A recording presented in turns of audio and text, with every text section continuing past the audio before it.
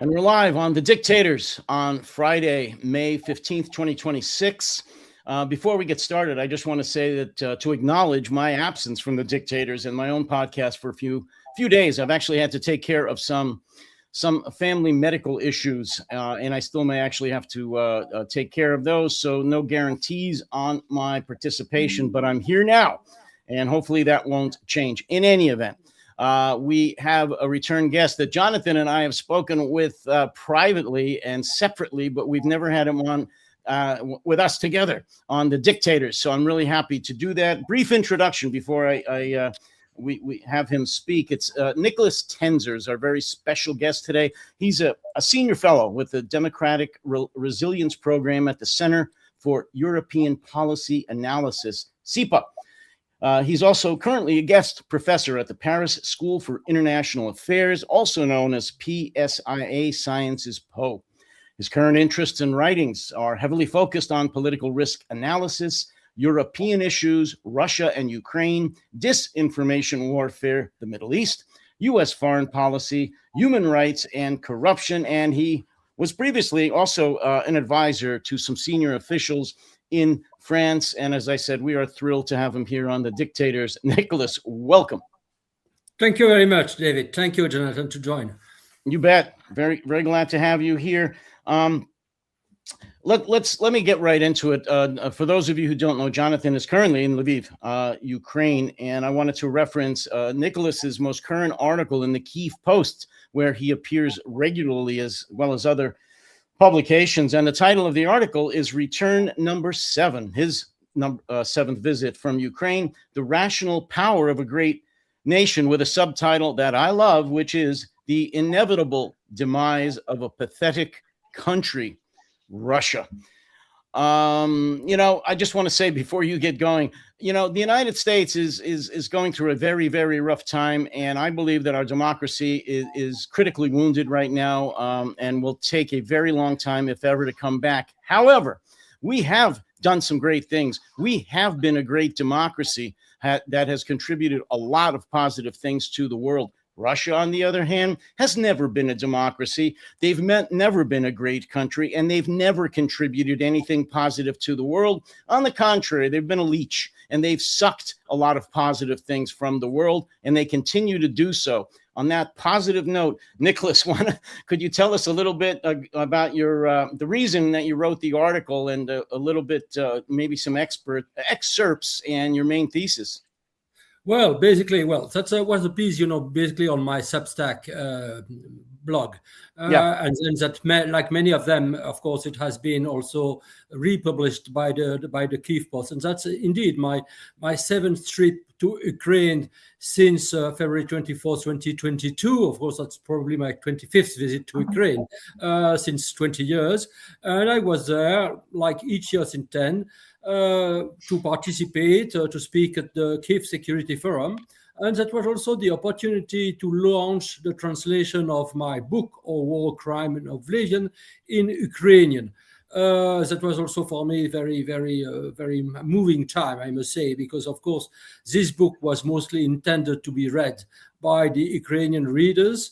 And there are many of them, because I am always convinced, and that's some things that I can observe each time I come back to Ukraine, the appetite of the Ukrainian people for books, for reading, for information. 2 years ago, I was especially in the book fair in the Arsenal in Kyiv, and there were many crowds of people lining to enter the festival of books. So I think you have in Ukraine a country that really is a kind of model for European countries. That's something that I wrote many times, also, in my piece, and then at the end of it, this part was not republished by the Kyiv Post, but I am insisting on, the intellectual life, in Ukraine, and the way the Ukrainian people are rediscovering their own past, their great writers, their painters, their sculptors, the artists in general.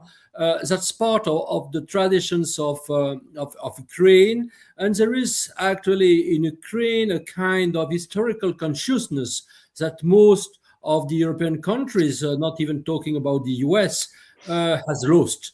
And what I observed also this time in Ukraine is that there is more, I will say, optimisms and convictions that at the end of the day, hope it will come soon, they will win the war. And I think that we have to come back to what exactly I mean or we mean by ending the war, or basically being absolutely victorious in this war. They're absolutely convinced that I don't know when, no one knows when. In fact, I mean, the Russian troops will have to withdraw from the Ukrainian territories. That's something that already, was said by a very senior official of the Ukrainian government already, 2.5 years ago. At the end of the day, they will basically be able to win a kind of strategic autonomy, because the Ukrainian people observe something, and even the strike that we were witnessing yesterday that killed 24, in Kiev, and many others, unfortunately, since February 24th, or even before, since 2014. Basically, I think that they will defend Ukraine and they will win by their own. Of course, we have the European countries and the US before Trump delivering a lot of weapons to Ukraine, but never enough, never the decisive weapons. And I remember that some things that I also said, on February 24th, 2022, I was invited, in many talk shows, in French television, also in television in Switzerland and Belgium, etc. I think, okay, we have to take action ourselves. But in fact, no country decided to join the fight. They hadn't, in mind these principles that we have to know for sure that we never win a war if we refuse to fight it. And they refuse to fight, the European countries and the US and others. Of course. Yeah, but the Ukrainians will do. The Ukrainians are doing. They are basically protecting the front line, not only of Ukraine, but the front line of Europe. They are fighting the war that we are not willing to fight. Yes. And ultimately, they will triumph. Because the capabilities that they have, technical capabilities, strategic acumen, is something really exceptional. And I think, of course, this country not only deserve to be in Europe and to join NATO, it's my view completely obvious, but that will be a tremendous asset for Europe and for NATO if Ukraine is finally allowed to do so. Because that's only the best countries in terms of strategic capabilities, but also in terms of, I will say, strategic mindset that we right now have in Europe. Sorry, I was a little bit long. Yeah, no, you are echoing things that Jonathan and I both believe and have said many, many times. The joke here is that NATO needs to be invited to join Ukraine, not the other way around. And actually, there's more and more evidence that this is absolutely the case. We had the maritime exercises, we had the land-based exercises in which Ukrainian drone operators and tech decimated in these tests NATO forces. I want to pick up on something you said there, because even if Ukraine wins the war, and we need to define that. I mean, for Ukrainians, it's clear it's the recovery of their sovereign territories. That doesn't mean, does it, that Russia ceases to be a threat. In fact, that threat mutates in other forms. But I get the impression that in Europe, Britain especially, even amongst those who are aware there's a war still going on, they seem to presume that once it's over, it's over. Whereas to my mind, the threat to Europe grows following Ukrainian victory. It doesn't necessarily diminish. What are your thoughts? First of all, I couldn't agree more. I think that basically the Russian threat is here to stay, and that we must absolutely have a long-term strategy towards Russia. And by a long-term strategy towards Russia, it means not only that once Ukraine will win, we will have certainly to continue or sanctions policy, we must absolutely will have to make Russia pay, which is, in my view, a long-term process. And by long-term process, I mean that not only the frozen assets of the Russian central bank, which is about 300 billion euros, that we will have certainly to transfer to Ukraine, but even this amount is not enough. It means that the allies will have to say to the Russians, well, during the next, let's say, 10 years or 15 years, you will have to pay the full reparations to the Ukrainian people, which probably is an amount about, 1,000 or even more $1 billion or billion euros. They will have to do that. And then there will be no return to normalcy with Russia as long as all the criminals, I mean both the sponsors, the executioners, and the propagandists, are not brought to court. They will have to be brought to court. And so we have to intensify our pressures on Russia during the decades to come, in order, of course, to diminish the threat coming from Russia. I am not talking that we will have certainly immediately to denuclearize Russia. That could sound a kind of utopia, certainly, if we just say that right now. But we certainly will have to exert this kind of pressure for Russia to understand that it cannot threaten their neighbors without appropriate consequences. And the issue is that if you consider, the mood in the capitals, in Europe, but also, of course, in the US, I'm not talking only about Trump's administration. I will say with President Biden or even President Obama, that would have been exactly the same. There is absolutely no long-term view. They don't have long-term view on Russia. They don't have probably long-term view on China or Iran or any other countries. That's a fact. That's a real problem of strategic thinking that we are facing, in most of the Western capitals. But I think that they must have this kind of long-term view. Of course, I don't know what will be the future of Russia, in 30 years from now or 40 years from now. I mean, no one can know. But that's something that I am always referring to, which is my view very important. You remember German President Richard von Weizsäcker on May 8th, 1985, so 40 years after 1945, said, well, very fortunately, we have been defeated. And for the decades to come, Germany will have to carry on the burden of the collective guilt for all the crimes committed on behalf of the German people.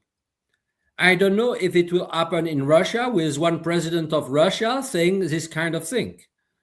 But as long as we don't have a president of Russia willing to say that everyone in Russia, not only the criminals that I was talking about just before, but everyone has basically to carry on this burden of the guilt, Russia won't be a free nation and will continue to be a threat to its neighbors. Nicholas, I want to play a couple of brief clips from someone who expresses your views at least as good as you do. Then I have they're very brief, and then I have a follow-up question for you, if you could. When you are witnessing a crime of genocide, in accordance with the conventions of December 9th, 1948 on the prevention and repression of the crime of genocide, you cannot remain silent and passive. There is a duty to intervene. There is a duty to take action. And because, most of the politicians in the West do not want to take action, they are just refraining talking about it. That's a kind of perversion. Just imagine that you giving up part of the Ukrainian territories, part of Donbass, or Donbass as a whole, or Crimea. I think the situations in terms of security will be worse for the Ukrainians and for the Europeans as well, because there will be a possibility for the Russians to recruit some troops. You have 1.6 million Ukrainian young people living in those occupied territory, and they will be used as cannon fodder by the Russian troops. Just imagine that we are giving in, for instance, Crimea. You have Sevastopol, you have the Russian fleet, of the Black Sea that will come back because they were expelled by the Ukrainians. Just imagine that you have all the sanctions lifted. Russia will be certainly more dangerous, at that time.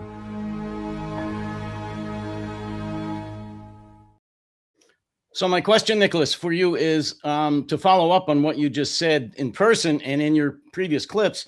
Do you believe there's any possibility of long-term peace between Europe, including Ukraine and Russia, unless the current regime and the current mindset of the Russian people is totally, I won't say destroyed, but how can I say altered to view the world as the rest of Europe does, not as an enemy, but as part of a united world? Is there any chance of that, or does this nation have to be razed to the ground, whether economically and or militarily, for that to happen?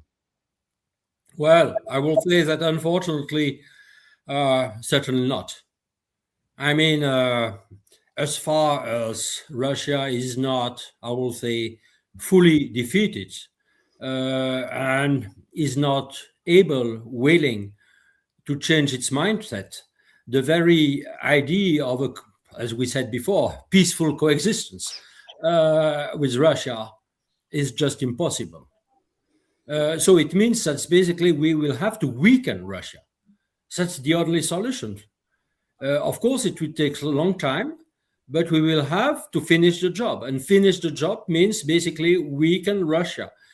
And when Russia will be very severely weakened and damaged, then maybe the people will understand, maybe, I have absolutely no certainty about that, there could be a kind of regime change, and the Russians will be able to come to terms with, their past crimes during the Stalinist period, during the Putinist period, etc. And so we will have certainly to live with this burden, in the next decades to come. The only question that I have, I wouldn't say that I am fully optimistic about that, is if the Western leaders or the next American leaders will understand this reality. Because many of them just look at many people still talking about, we'll have to engage Russia, we'll have to talk to Russia. Of course, we know the threat coming from Russia, but certainly we'll have to find a kind of peaceful solutions because of etc., etc. They are not understanding the reality of the Russian power and the reality of the Russian mindset and the reality of the Russian society right now. Even, there was many reports on that, even, part of the intellectual elite, in Moscow, and some of the leaders of the opposition right now, with some exceptions like Kasparov and others who perfectly understand the situation, many of them do not accept that this kind of imperial mindset or this kind of murderous mindset, is still remaining, in their minds and souls. That will be something that we cannot just, cancel, with words or in a few days. That will be a long-term process. But if, especially the Russian oppositions, is not doing properly this work and said, okay, it's Putin of its cronies, but it's not the Russian people. They won't understand the reality of the depths of the perversions of the Russian mind. Of course, it's not the question of DNA. I don't think that there is a DNA of the Russian people or something like that. But that's, of course, the legacy of their own history during 100 years or even more. I agree. And I really, it upsets me. I'll say this, repels me when people keep calling this Putin's war, because this is the people's war. Whether or not it's in their DNA, I don't know. I'm not a scientist, but I do know, as you said, it's in their culture, going back hundreds of years. As you just referenced, imperial mindset. I believe they think this is their destiny. to do this. And how dare Ukraine try to stand up for its independence when Russia says that you're part of us, you're Slavs, you should worship the Kremlin and Putin. So I think, as you said, this is a multi-generational thing. I don't know the answer, Nicholas. All I know is it's not a short-term solution, and the expatriates, the refugees from Russia, that, like you said, that still don't get that. They still don't get that mindset, that it's an imperial mindset. One last question. I know Jonathan's got a bunch of them. I'm itching for one, yeah. Well, yeah. Last question. Do you believe that Europe gets it finally, the European leaders, or are they still dragging their feet? Well, I mean, it's quite difficult because which is true is that on the one hand, most of the European leaders, Merz, Macron, Starmer, and others, acknowledge that there is a true Russian danger that is here to stay. They are talking right now, they didn't in the past, talking openly about the crimes, the mass crimes, without any kind of statute of limitations, perpetrated by the Russians. And I remember when I was warning about the Russian threats 20 years ago, or even 10 years ago, after 2014, or before 28, I mean the Georgian thing. People just consider me a kind of fool, a kind of warmongers, a kind of excessive person, etc., etc. They didn't even pay attention to people like me and some others. I was not fully alone. Were just warning about this. No, they know that. But on the other hand, that's why I'm quite often talking about a kind of cognitive dissonance.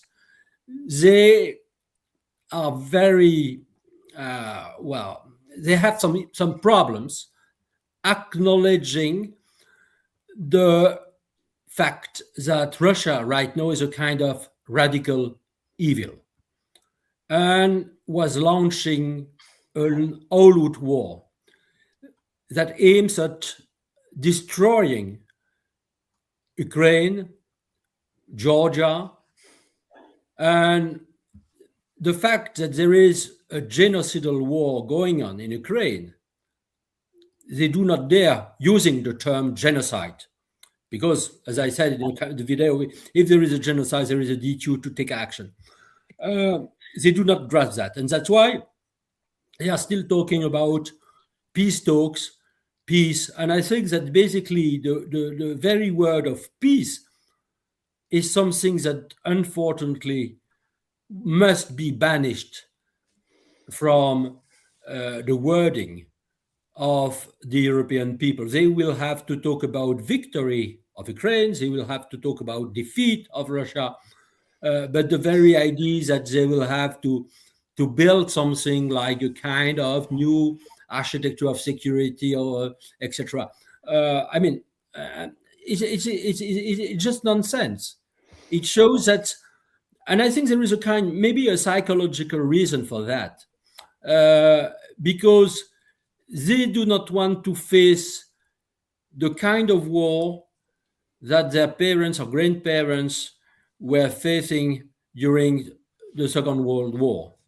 They are not acknowledging that basically, and I have a whole chapter of my book about that whatever the differences, and there are a lot of historical differences, etc., Putin and Hitler are playing on the same ground. That's basically, they are the two faces, with of course Stalin, Mao, and some others, that's exactly the same kind of people with which just any kind of discussions, not even talking about negotiation, is not possible. Because that's a kind of abyss. And they are afraid of facing this kind of abyss. As you say, it comes with responsibility. Once you acknowledge it, then to not act creates, it potentially puts people in the frames for prosecutions and moral condemnation and so on.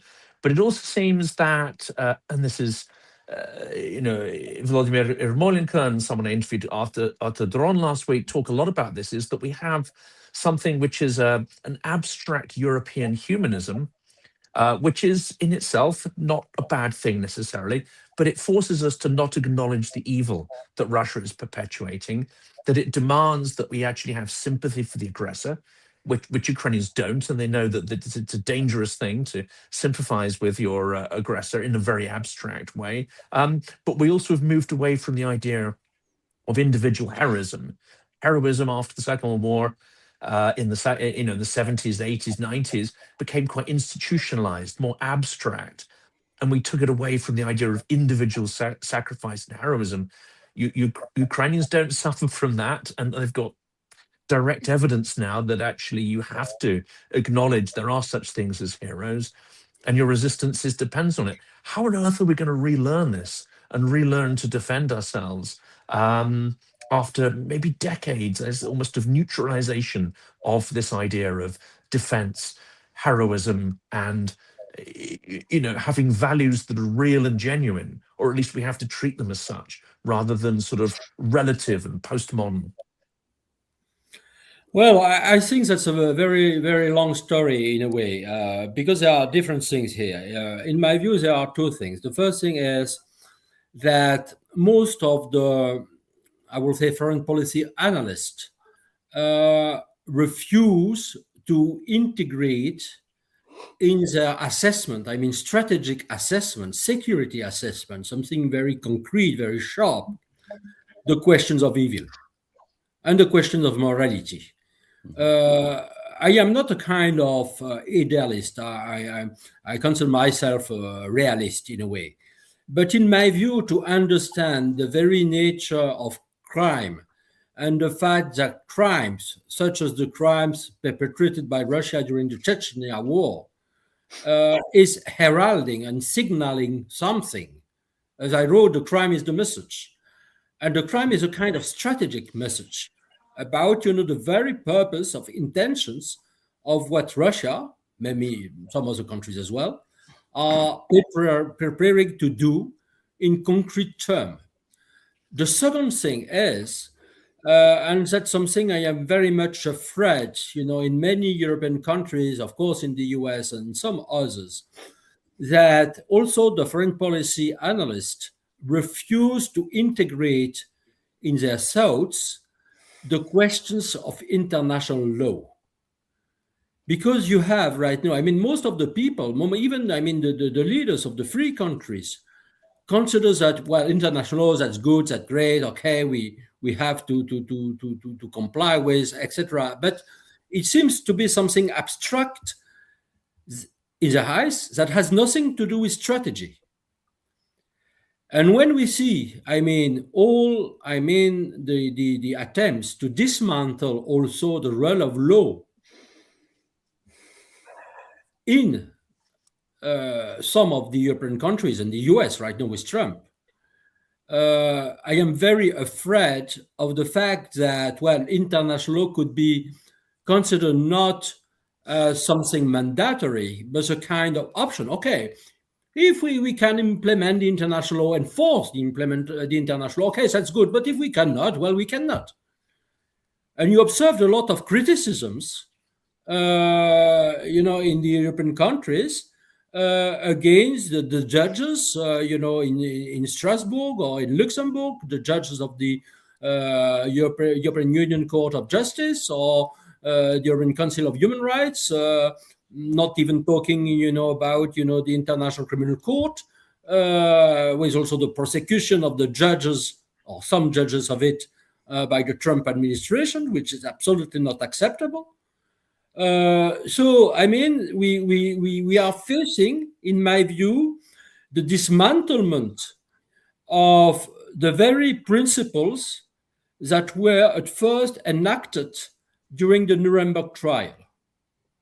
And that's why, I am very suspicious about, the ability of the European leaders and American leaders, not only talking about Trump, to grasp that what we call international order or international security is something that has to be fully comprehensive. And that the question of rule of law and rule of, let's say, international law, it's something that is basically something that must, in a way, achieve and complete, the building of international order. And that's why when you have a lot of countries, and not only Russia actually, violating, in plain sight, the international law, and I think there must be no double standards about that.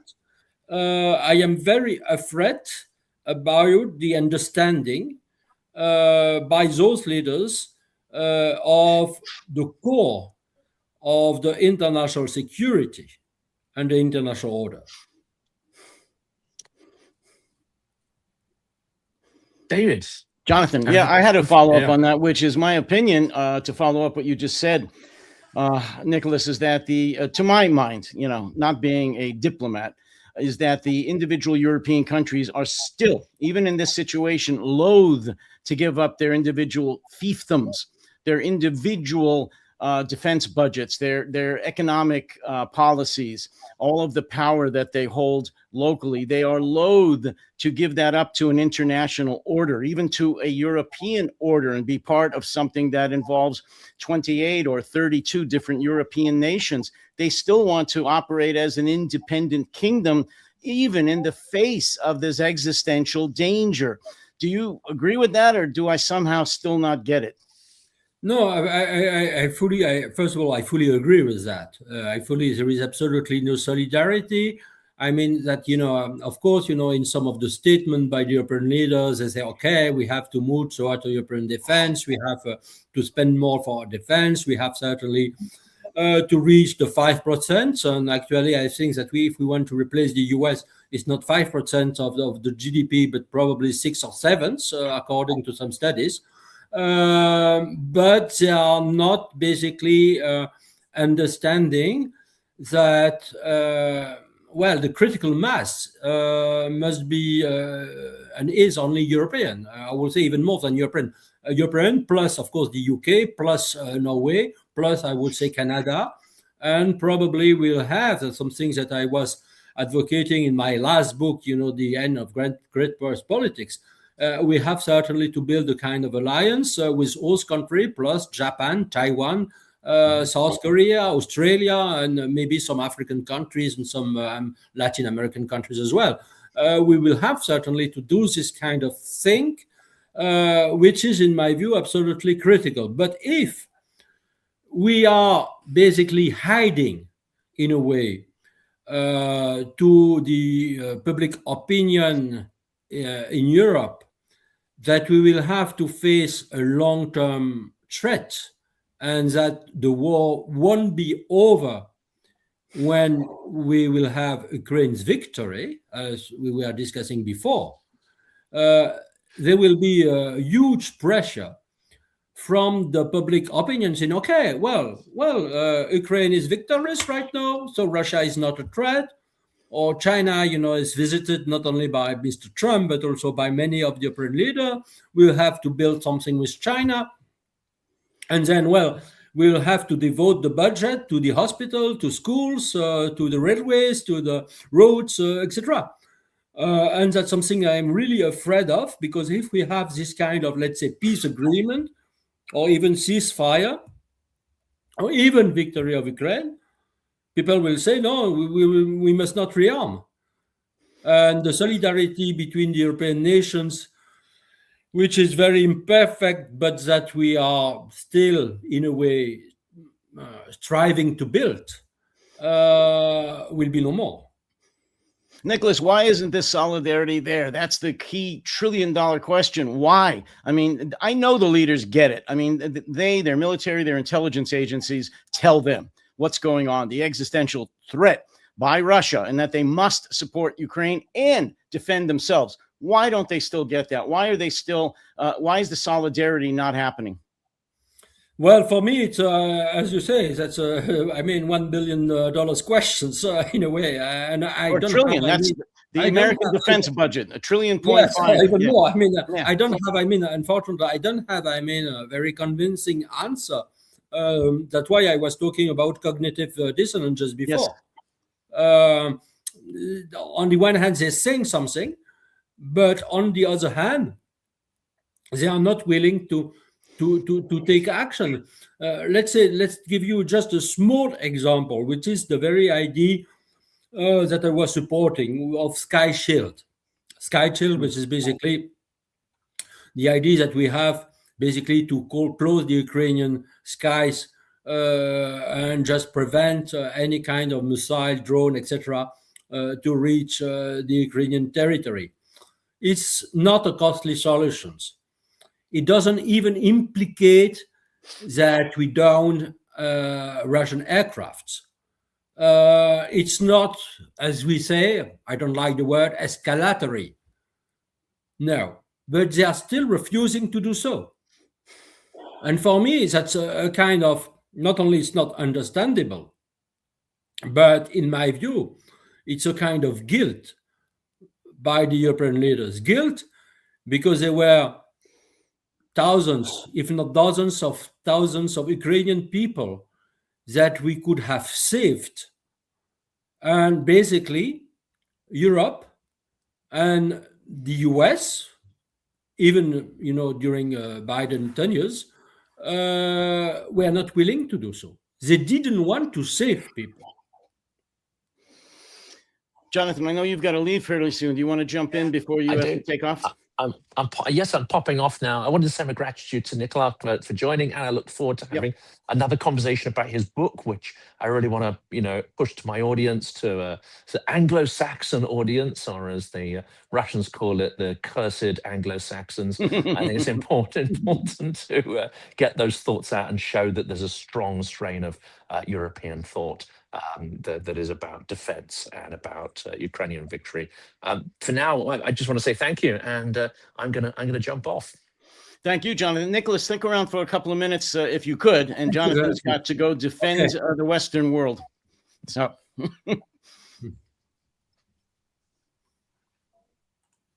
Okay, so Nicholas, again, I also just want to echo what Jonathan said, which is to thank you for being here. And again, I think this is the $1 trillion question, which is the Europeans' reluctance, refusal, in my opinion, the leadership. This comes down to leadership.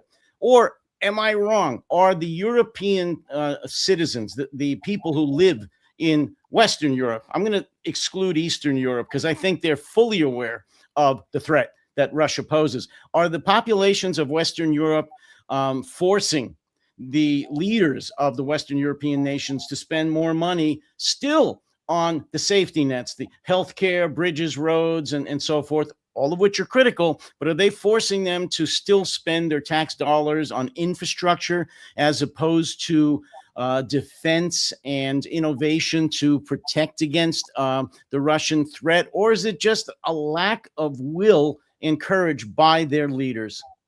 I in my view, is basically the second hypothesis that you were mentioning. Because in fact, when I am giving the conferences, in France and some other countries, meeting with, let's say, ordinary people, I mean, not intellectual or foreign policy strategists, people basically understand the threat. And they know about, the Ukrainian sufferings. Of course, not all of them, but many of them. And even if you see the opinion surveys, especially in France, but not only in France, you have a majority of people considering Russia a threat. They are now considering the US a threat as well, I must say, with Trump.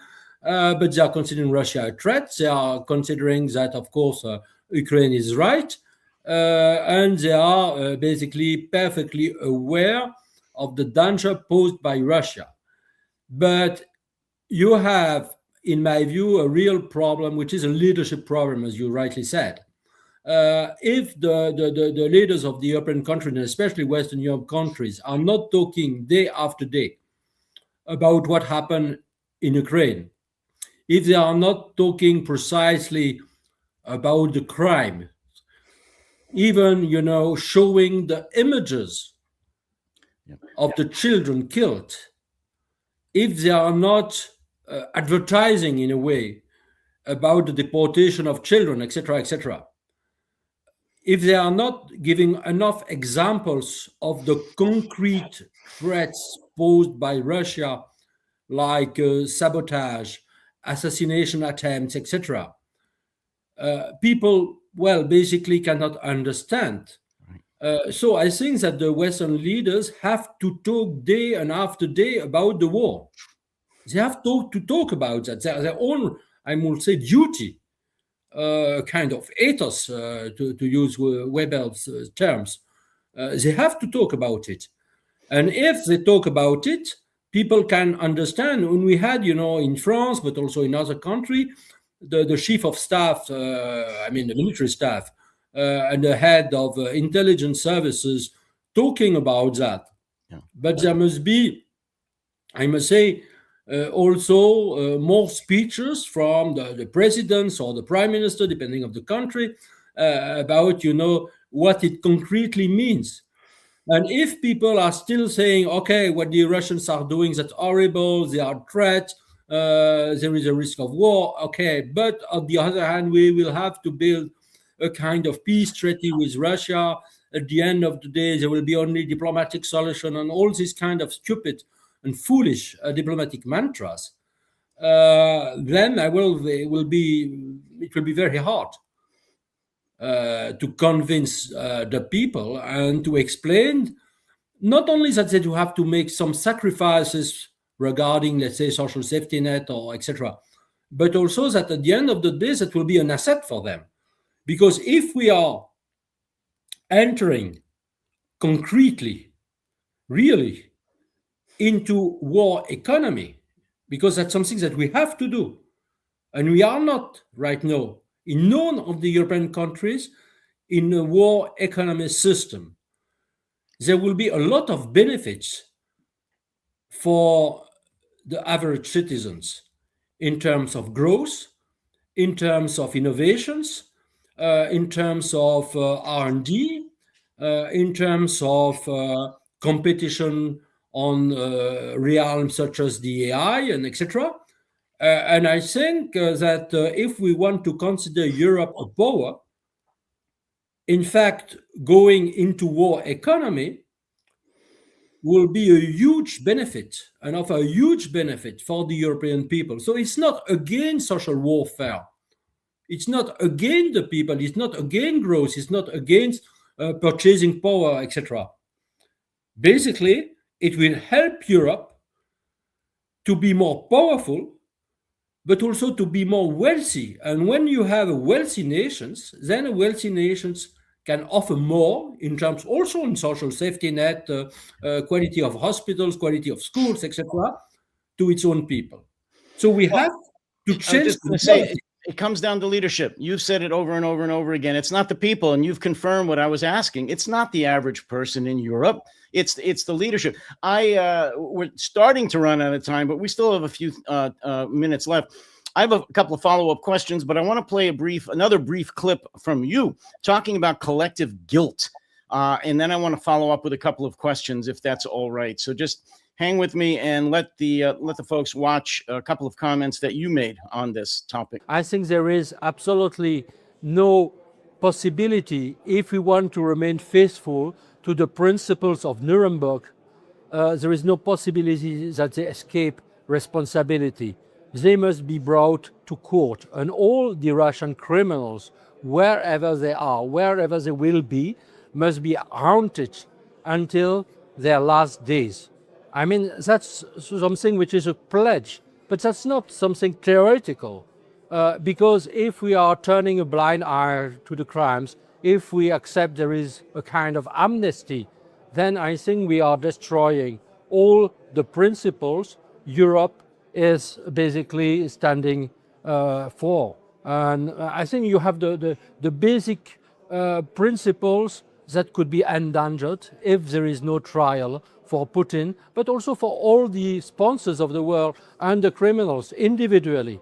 And then there is something which is even more important, is that the Russian people feel guilty for all the crimes committed on their behalf. There is a philosopher, Karl Jaspers, after World War II, who was speaking about the collective guilt. I says this feeling of collective guilt must haunt the Russian people. They must come to terms with all the crimes that were committed. I remember, I don't know if you remember the speech by President Richard von Weizsäcker, the German president, in 1985, on May 8th, just 40 years after, the capitulation of Nazi Germany. He said that fortunately, we've lost the war. Just imagine a Russian president, I don't know if it will happen one day or not, in 40 years from now, saying, well, we were responsible for the crimes, and fortunately, we were defeated on the battlefield.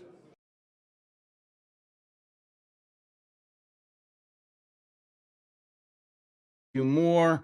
And I don't know if we will ever see the day, but I think the crucial thing that you said in that clip, Nicholas, is that the Russian people have to accept the collective guilt. And I'm going to take it one step further.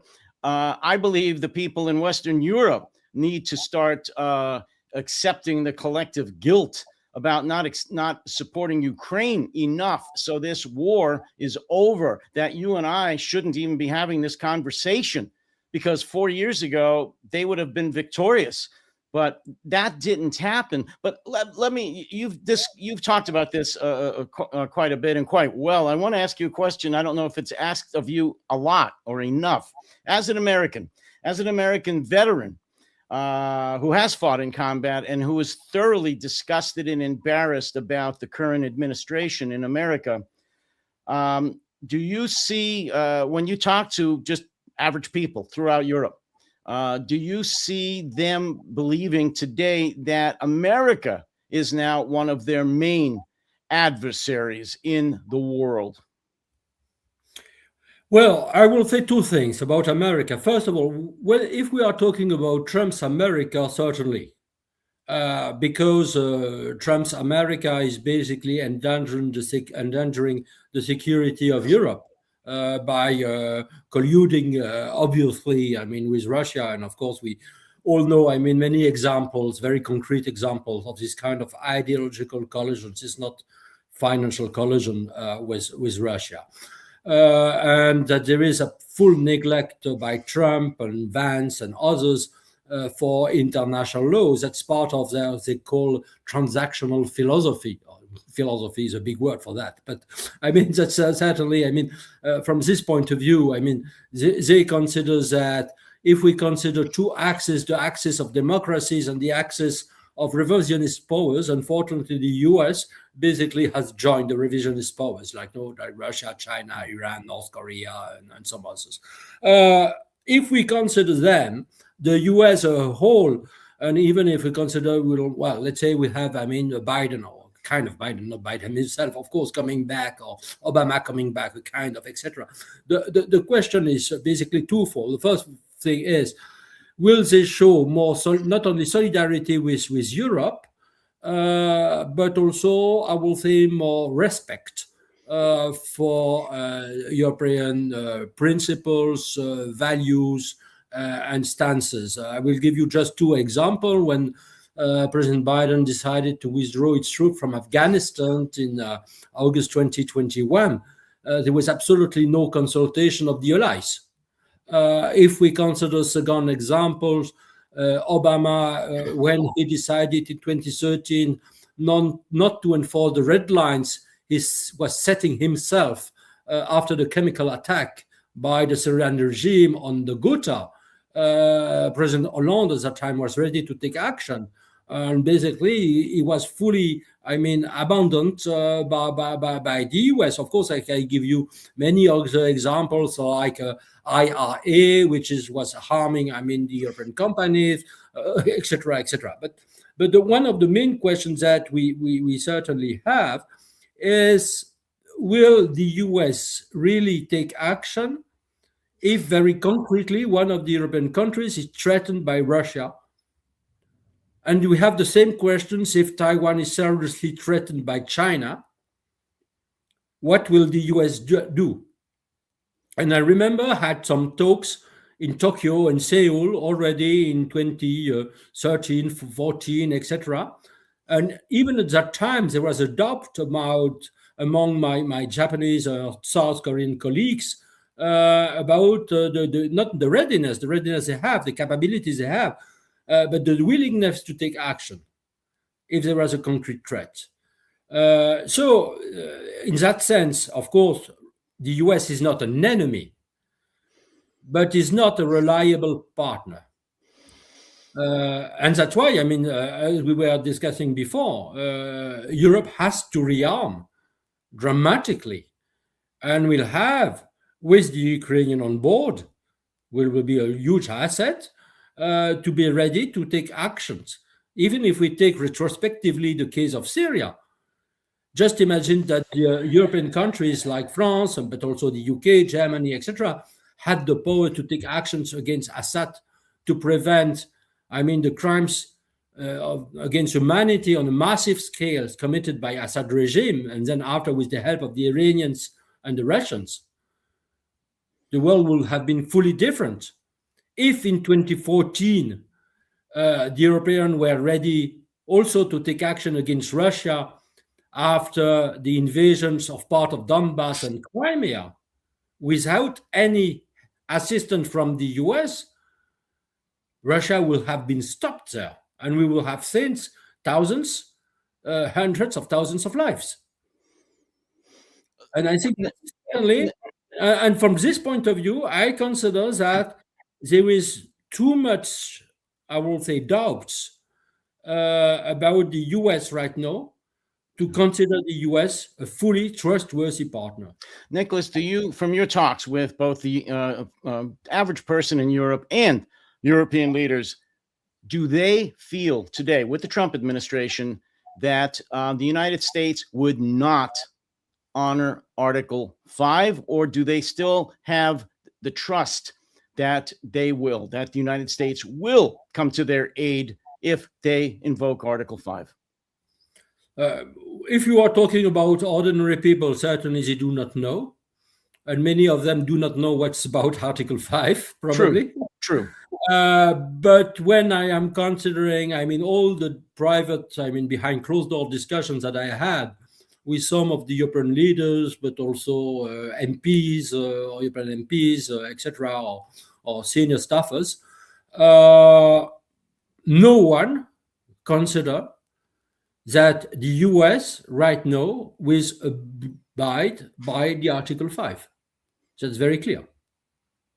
So trust is gone with the leadership, and I guess, and you're absolutely right. I mean, it's fully gone. It's fully gone. I mean, yeah. The average person doesn't know what Article 5 is, but I think what you're saying, the trust, the European people probably just don't have the trust. Don't believe America would come to their aid. The leaders, you're saying, don't believe that America would not honor Article 5, both of which indicate a total lack of trust. Yes, absolutely. And then, of course, you have a lot of follow-up questions I want to elaborate on, which is, of course, the questions of NATO, the very existence of NATO, yes, the membership of NATO, the questions of, its viability in the long run, and the question how to replace NATO, because we need a kind of NATO organizations, obviously. And I won't criticize, I think, NATO as such, but the question is, if we have the main member states of NATO leaving, who was basically the key, but I mean the very concrete, instrumental, practical key of the Article 5, which is the US, what should we do? And this question was, in fact, posed very openly, you remember, after the first day of his mandate by Chancellor Merz. And I think he was right, of course, to ask the questions. Do you see NATO surviving in its current form, or do you see NATO reforming with, and I hate to use the expression, the nations or the willing, whatever they want to call that, the coalition of the willing? Do you see a new NATO, whatever it's called, with major nations such as France, the UK, Germany, and possibly Canada, forming a European collective European defense pact outside of NATO? Or do you see NATO in its current form somehow getting its act together and surviving? Well, I mean, of course, it will depend of what comes, in the US in the 2028 election. Of course, that's a part of the answer, obviously. But even with that, even if we have a new, I will say, reasonable president elected, either Democratic or Republican, there must be no, I will say, comfort from the Europeans. Because, as I said, let's imagine that we had an attack on Estonia in 2021 under President Biden. What would have President Biden decided? So it's not only Trump. Of course, Trump is worse, because Trump basically, is siding with the dark side of the force. But even with President Biden or President Obama, you had a real question mark. So I do not know exactly what will NATO become. Can we duplicate NATO? Can we reform NATO? Can we have NATO without the US?